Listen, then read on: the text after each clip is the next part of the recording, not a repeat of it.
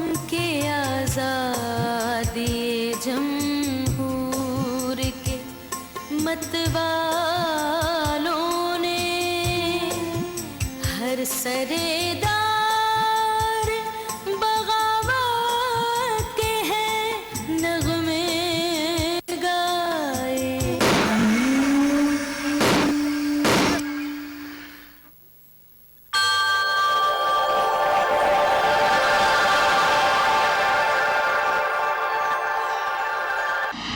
ناظرین کرام، قائد اعظم محمد علی جناح کے بعد جناب ذوالفقار علی بھٹو پاکستان کے وہ واحد لیڈر تھے جنہیں عوام میں بے پناہ مقبولیت حاصل ہوئی.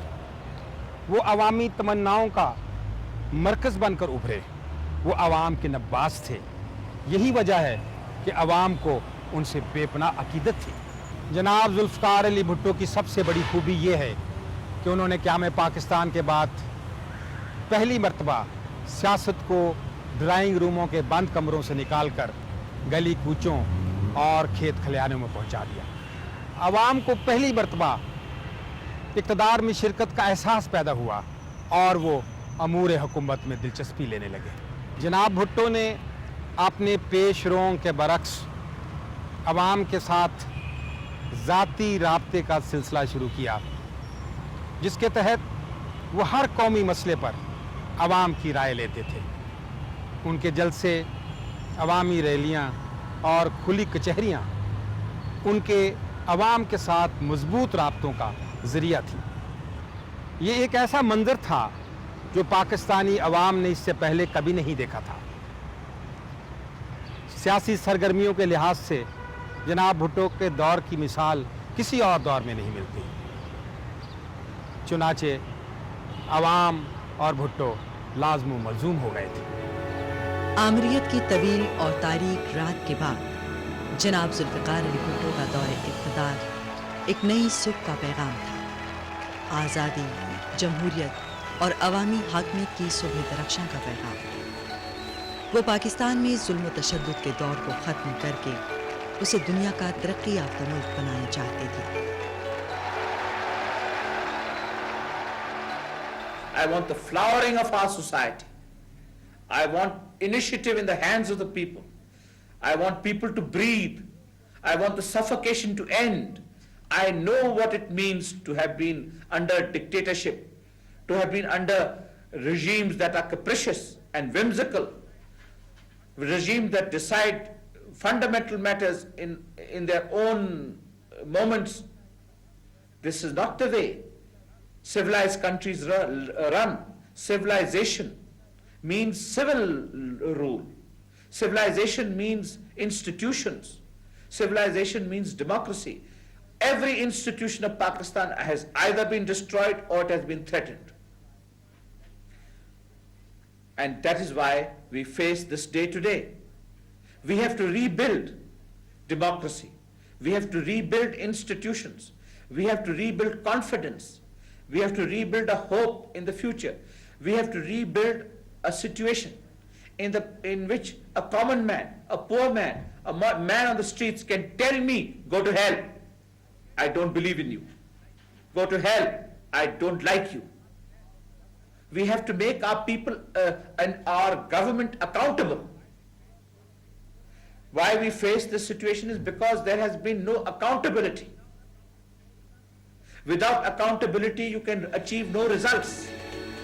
انہوں نے ایک شکست خوردہ قوم کے ذہن سے مایوسی اور نا امیدی کے تاریک سائے نکال کر اسے روشن مستقبل کے اجالوں سے بھر دیا.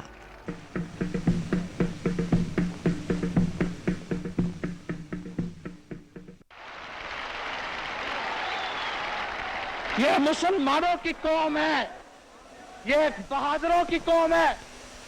اس قوم کو شکست نہیں ملی ہے، اس قوم کے بہادروں کو شکست نہیں ملی ہے، اس قوم کے فوج کو شکست نہیں ملی ہے. یہ قوم بنے گی، یہ قوم ایک عظیم قوم بنے گی، یہ قوم دنیا کا لوہا بنے گی. قبول ہے آپ کو؟ اس قوم کو دنیا کا لوہا بنا کے کرے گی. تو خدمت کرو گے، محنت کرو گے، لڑو گے، مرو گے